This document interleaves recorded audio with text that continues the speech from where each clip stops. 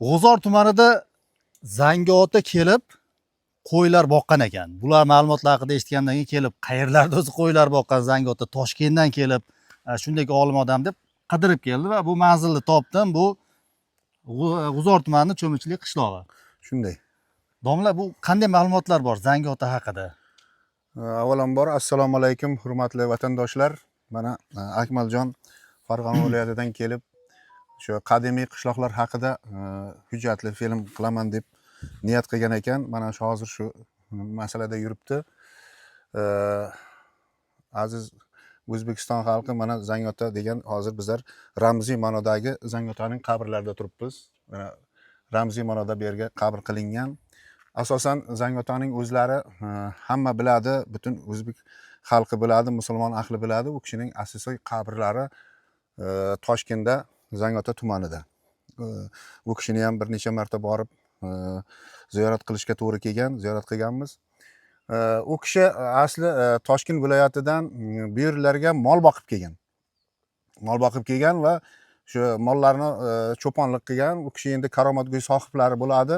Hozir mana bu tomonga boramiz. U kishini ba'zi nimalarida, manbalarda keltirishi bo'yicha shu Zangiota boyagi mollari chanqab nima bo'lgan paytlarda shu yerdan Xudodan so'rab shu tayoqlarni tiqqan joydan buloq chiqib shu mollari suv ichgan degan ma'lumotlar bor. Biz endi bu qanchalik rivoyatlar bu ota-bobomizdan qolgan rivoyatlarda bular. Shuni bizlargacha yetib kelgan. Bizlar hozir shu haqda shuni ozgina nima qilyapmiz. Mana shu hozir ramziy ma'nodagi bizlar shu yerga kelib nima qilib turamiz. Demak, Toshkentdan qo'ylarni Sirdaryo, Jizzax haydab shu yerga kelib qanchadir muddat boqqan?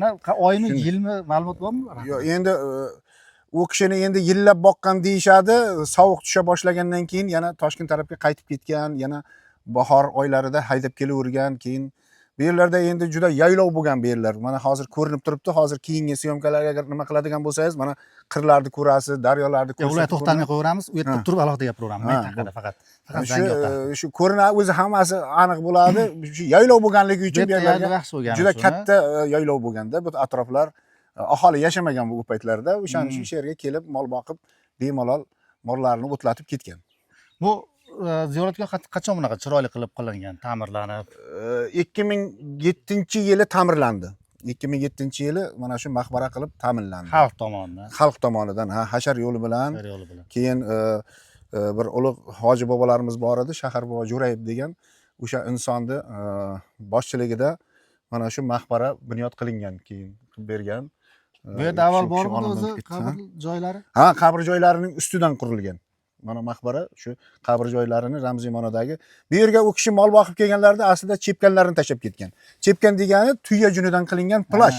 Ruschasiga aytganda plash bo'ladi. U plashdan yomg'ir o'tib ketishi mumkin odamning badaniga, lekin bu chepkandan yomg'ir o'tib ketmagan insonning badaniga. Nimadan o'shani kiyib teridan bo'ladi. Yo, tuyaning junidan qilingan. Tuyaning junidan. Tuyaning junidan qilingan chepkan deyiladi. O'sha chepkan nomi bilan mashhur bo'lgan o'sha bir kiyim, libos. Choponga o'xshash, etaklari uzun. U etaklari uzun bo'ladi, yomg'irni yopib oladi. Tanani yopib oladi, yomg'irni o'tkazmaydi. Umuman sinib ketadi yomg'ir. Shuni tashlab ketgan bu yerga. Ha, shu yerga tashlab ketganligi uchun o'sha shu bizlarga shu an'ana bo'lib qolgan bir ulug' odamni nimalarida yashaymiz. Balkim qaysidir ma'noda avlodlari ham bo'lishimiz ham mumkin. Endi buni tarix biladi. Biz endi rivoyatlar bo'yicha shunday nimalar bor. Hurmat yuzasidan qilingan ramziy qabr. Hurmat yuzasidan. O'sha Avliyoboga nisbatan hurmat yuzasidan qilingan ramziy ma'nodagi qabrlarida. Mana hozirgi boyagi suhbatimizni davomi asosida mana hozir ko'rinib turgan mana suv, mana shu yerda buloq. Boyagi tayog'ini suqib mollari uchun suv so'ragan paytidagi mana buloqlarni mana real fakt bilan mana buloq suv chiqib turibdi. O'shanga nasos ham o'rnatilgan ekan yuqoriga. Keyin bu juda azim katta daryo bu. G'uzor daryosi. Buni Dayrobod, G'uzor Dayrobod daryosi deb ataladi o'zi aslida. Quyilishi bu borib Qorasuv Tohir Zuhraga borib taqaladi. Mana bizda juda bir afsonaviy Tohir Zuhra degan bir katta filmlar ham ishlangan. Juda katta yozuvchilarimiz yozib o'tgan nimalarga taqaladi. Mana shu yerda o'sha yerdan oqib o'tadi. Mana shu aynan mana shu daryoning oqimida pastligida o'sha Tohir Zuhra qishlog'ini, Tohir Zuhro qishlog'ini o'sha Tohirda aynan o'sha Tohir Zuhro qishlog'idan oqizilgan sandiqqa solinib. O'sha Mana shu sandiqqa daryoda. solinib oqilgan mana shu daryo asosidagi mana shu daryo. O'shandan oqilgandan keyin u Qashqadaryoga qo'shiladi. Qashqadaryoning boshlanishi endi Hazrati Bishir ota Avliyo bobomiz tarafdan keladi, Kitob tumanidan. Keyin o'sha oqim bilan borib Qashqadaryoga G'uzordaryo qo'shilgandan keyin Qashqadaryo borib Amudaryoga qo'shilib Xorazmdan kelib chiqadi va Xorazmda o'sha sandiq ushlanadi, o'sha Tohirda deb nimalar bor, rivoyatlar bor. Bu qachonlar bu yerda suv bo'lgan? Bu yerda endi 1961-62 yillari mana shu daryo mana shu qirg'og'igacha to'lib oqqan. Mana shu unda Pachkamar suv ombori bor yuqorida, Dehqonobod tumanidan pastida, G'uzor tumanining boshida. O'sha yerda o'sha qurilmasi mana shu daryo to'lib oqqan. Mana jarliklarni ko'rib turibsizlar, mana suvda izlari qolgan-ku qirg'oqlarda. Mana shu suv qishloqqa chiqib o'rgandan keyin qishloq pastroqda bo'lgan, ko'chib ham chiqqan teparoqqa deb aytishadi. Ota-bobolarimiz shunaqa deb aytib ketgan bizga. Suv omboridan keyin kelmagan o'sha. Ha, mana shu endi masalan bu qirg'oqdan u qirg'oqning uzunligi bir 700 metr atrofida bo'ladigan bo'lsa, taxminan aytyapmiz-da buni endi qadamlab o'lchasak bir joyi 1 kilometr ham chiqishi mumkin uzaniga qarab. Lekin o'sha katta daryo to'lib oqqan mana shu daryo. Cho'michli degan joyga keldik. Cho'michli degan qishloq bo'lishi ham mumkinmi? Mumkin ekan. Hozir shu vaqtda ma'lumotlarni olamiz. Bu Qashqadaryo viloyati G'uzor tumanini Cho'michli qishlog'i. Nima uchun Cho'michli deb atalgan? Qachonlardan odam yashaydi bu yerda? Endi Cho'michli qishlog'i deb atalishiga endi asoslar kirgizib beramiz hozir endi bizlarda bor ma'lumotlarga ko'ra-da.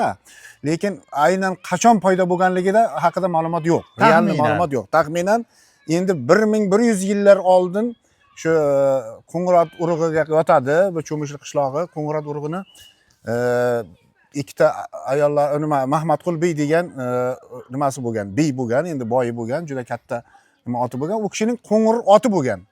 Ko'pkarilarda har doim birinchi navbatda o'sha otsiz ko'pkarida uloq ayrilmagan. Uloqni birinchi o'sha ot ayirgan, o'sha zo'r ot bo'lganligi uchun o'sha qo'ng'irotlar deb keyin nom berilib ketilgan o'sha Mahmadqul Beyni butun avlod ajdodiga. Shularni avlod ajdodimiz u kishini ikkita ayollari bo'lgan, ikkita ayollardan birinchisidan 3 ta o'g'illari bo'lgan, ikkinchisidan 2 ta o'g'illari bo'lgan. Birinchi xotinidan bo'lgan bolalarini birinchisini Aliqul Bey deydi, uni Qo'shtamg'alilar deb nomlangan.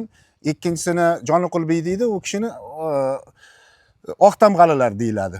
Keyin Xonjig'alilar degan 3-o'g'li bo'lgan, u kishini Haydarqul Bey deydi va ikkinchi xotinidan Mulla Murod Oyinlilar urug'i bo'ladi.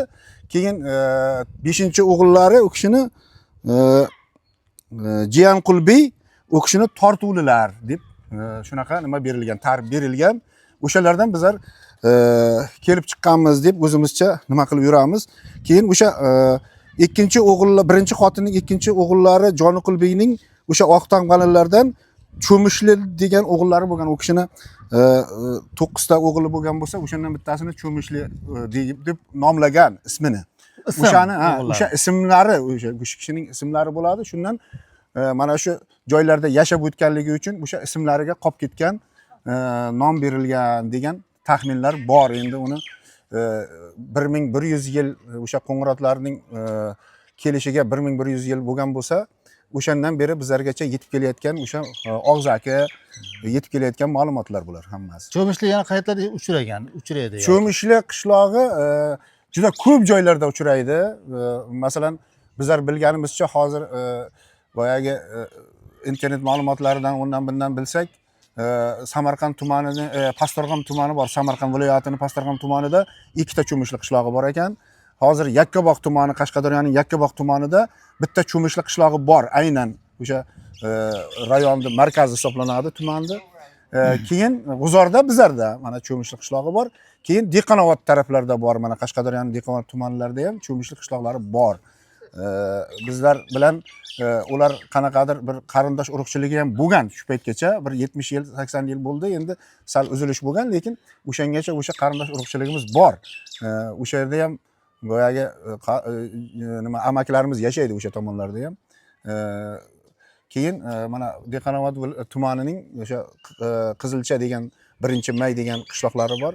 o'sha tomonlarda ham o'sha cho'mishlar aholisi bizlarni nimamiz yashaydi. Urug'inglar. Ha, urug'imiz. Hozir bu yerda nechta odam bor? Nimalar bilan shug'ullanadi? Endi bu cho'mishli qishlog'ida hozir 3218 ta aholi bor, yashaydi.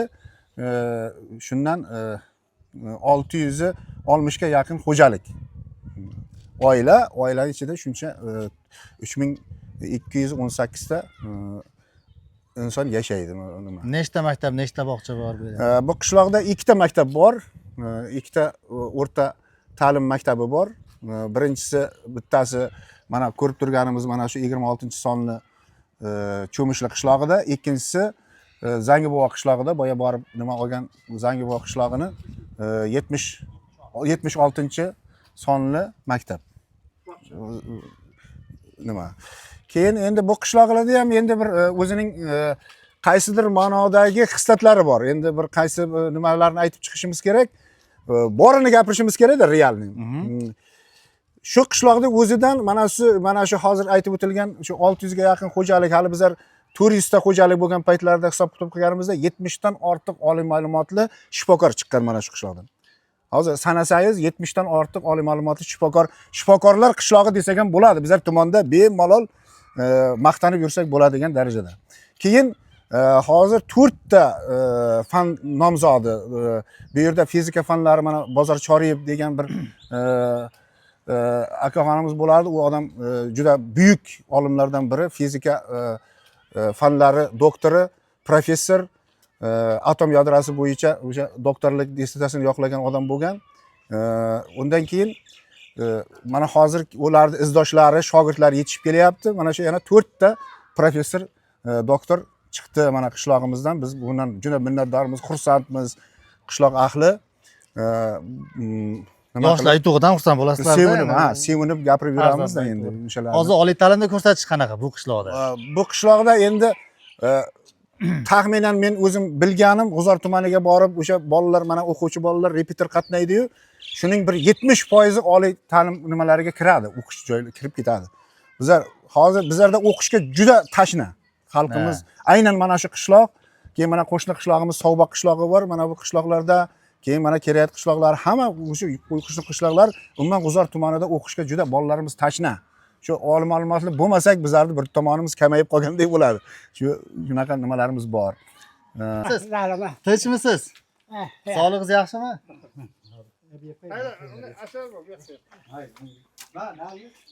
Sizni ko'rgani kelyapmiz-da Farg'onadan. Yosh ulug' inson bor dedi. Ha, 100 ga kirgani? 104. 104 bo'lganda ko'r bo'lamiz. 104 ga kirish uchun nima yeyish kerak? Endi zo'r bo'lganda ko'r bo'lamiz. Voy jonim endi. Shu yoqdan bersin. Ha, salomat bo'ling. Yosh ketgan bo'lsa. Chorvador bo'lgan-a? Tayyor aroq ichmadim, narsa qilmadim. Chekishda yo'q. Aroq ichmas kerak, sigaret chekmas kerak, 104 ga kirish uchun. Ovqat, habib. Ha, xotin ham boshqa xotirmaslik kerakdir, ha? Xotinni ham yaxshini olish kerak, ha? Qaritmaydigan-da. Nechta farzandi bor? 6 ta. Ha, bu hozir Cho'michli qishlog'i, G'uzor qishlog'i tumanini, G'uzor tumanini. Nechta farzandlar edingiz? 3 qiz, 3 o'g'il. 3 qiz va 3 o'g'il. Eng katta farzandi necha yosh? Eng kattasi olamizga hozir 54 ta opam bor. Necha kirgan bo'lardi? 72 Yosh ketdi ota. Ha. 80 da ketgan. Ha. 76, 75 To'rt chamazildik. Keyin 72 da. O'tkazdik. Endi 5-yilga kelyapti. Necha yil qo'y boqdingiz? Necha yil qo'y boqdingiz? Umrim bor, qoda qo'yib Ha. tashlagan. Ha, necha yil qo'y boqdingiz? 40 yildan oshiq, ha? 40 yildan. 80 yoshgacha qo'y boqdi. Ha. Momo bilan necha yil yashadi?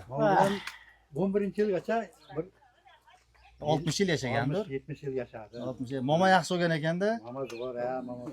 Qaritmasdan olamda, qaritmabdi. Qayerlarga olib borgansiz? Ha? O'zbekistonni qayerlarga olib borgansiz? O'zbekiston hamma joyga bor. Hamma joyga olib borganmiz. Hozir ham boryaptimi? Hozir ham Surxondaryo, Buxoro nimalarga ba'zi joyga sayohat. Endi qaribga borilmayapti. To'y marosimiga chiqishchi.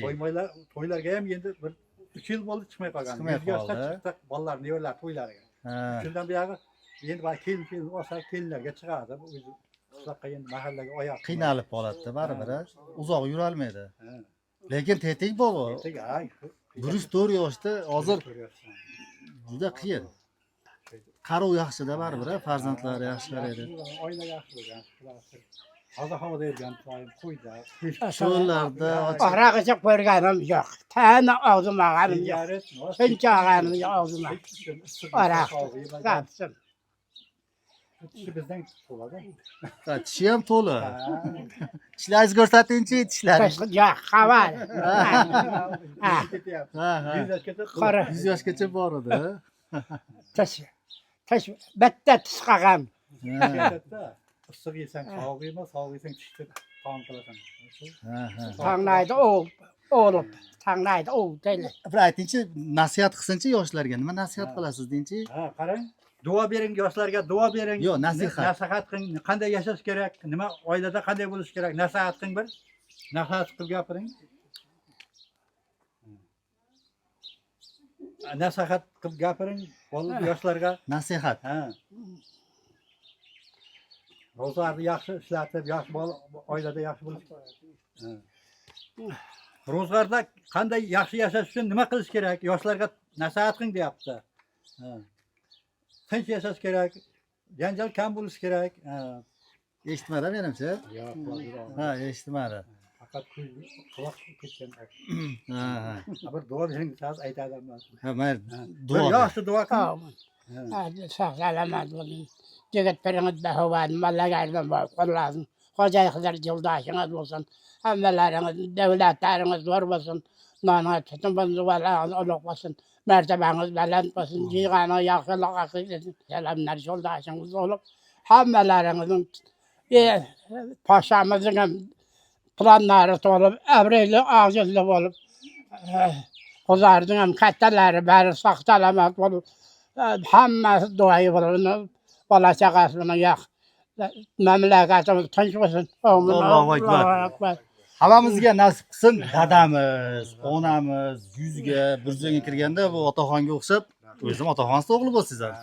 Otaxonga o'xshab yonida yurish va homiyimiz bor. Homiyimizdan arzimagan kichkina sovg'amiz bor. Bu har xil uskunalar sotadi tadbirkorlar uchun. Bu eslaganda duo qilib turasizlar. Siz ham, ha, o'tog'a ham. Ismim Akmal. Mamlakat tinch bo'lib, Xudoyjon xalqimiz tinch bo'lib, mamlakatimiz tinch bo'lib, farovon bo'lib yashasin xalq. Xudolarning kattalari ham hammasi saqlanib, bola chaqasiman, davlatman bo'lib tapqani to'ygan. Allohu akbar. Rahmat ota. Salomat bo'ling. Va tinch oling. Xo'p, salomat bo'ling. Televizorda qaysilarni chiqarasiz endi? Nevaralar ko'rsatadi o'zi. Nevaralar ko'rsatadi.